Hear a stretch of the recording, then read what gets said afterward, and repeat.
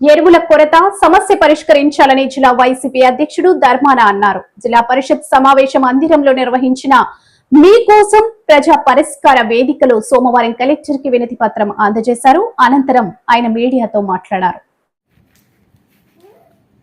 శ్రీకాకుళంలో నిర్వహిస్తున్న ప్రజా ఫిర్యాదుల పరిష్కార వేదికలో వైసీపీ నియోజకవర్గ ఇన్ఛార్జీలతో కలిసి రైతు సమస్యలపై ఆయన కలెక్టర్కు వినతి పత్రం అందించారు.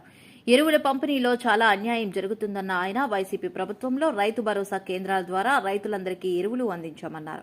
వ్యవసాయ శాఖ మంత్రి ఉన్న జిల్లాల్లో అవసరానికి రైతులకు ఎరువులు ఇవ్వకుండా తర్వాత ఎప్పుడో ఇస్తే ఏం ప్రయోజనమని ప్రశ్నించారు. టీడీపీ రైతులను ఎప్పుడూ పట్టించుకోలేదన్నారు.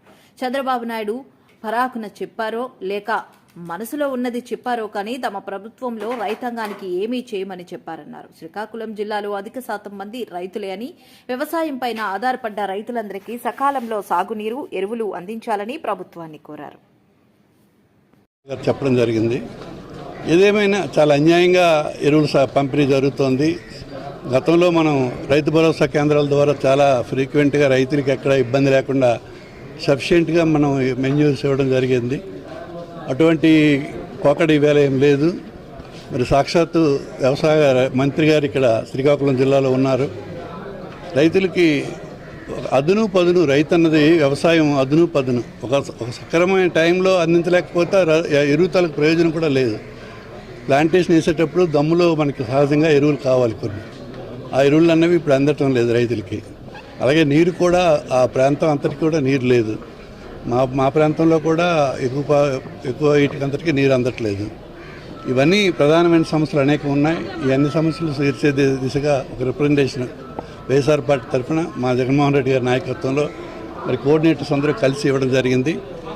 మరి పరిష్కరించాలని చెప్పి మేము కోరుతున్నాం. ఇక్కడ పార్టీల పరంగా చూడకుండా అక్కడ నాయకత్వం అక్కడ పంపిణీ దగ్గర కూడా పార్టీ పరంగా నడుస్తుంది. ఇవన్నీ ఇటువంటి అక్రమాలన్నీ అరికట్టి సక్రమైన పద్ధతిలో అందరికీ అందే విధంగా చేయమని చెప్పి మా రిక్వెస్ట్.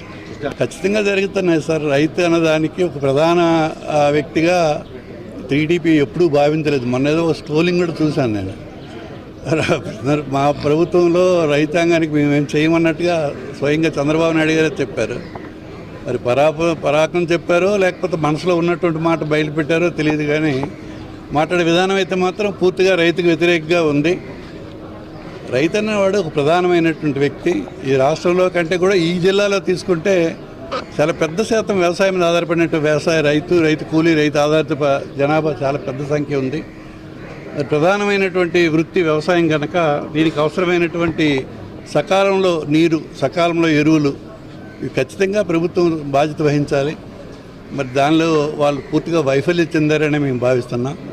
ఎరువులు పంపిణీ ఉన్న ఎరువులు కూడా సక్రమైన పద్ధతిలో పంపిణీ జరగట్లేదు. ఇవన్నీ కూడా రెక్టిఫై చేసి రైతులకు అండగా ఉండాలని ప్రభుత్వానికి విన్నపించడం జరిగింది. రైతుకి సహనం, ఓర్పు ఎక్కువ. సహజంగా రైతు చాలా శాంతి స్వరూపుడై ఉంటాడు.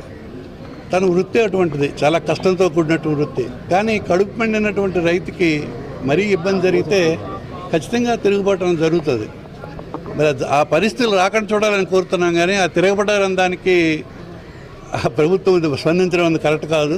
అటువంటి తిరుగుబాటు రాకుండా చూడాల్సిన బాధ్యత అయితే ప్రభుత్వానిదే. ప్రభుత్వ అధికారులు ప్రభుత్వం తరఫున సరైన సక్రమైన రీతిలో ఈ జల పంపిణీ కానీ అలాగే ఎరువులు పంపిణీ కానీ సక్రమైన పద్ధతిలో జరగాలని మేము కోరుకుంటున్నాం.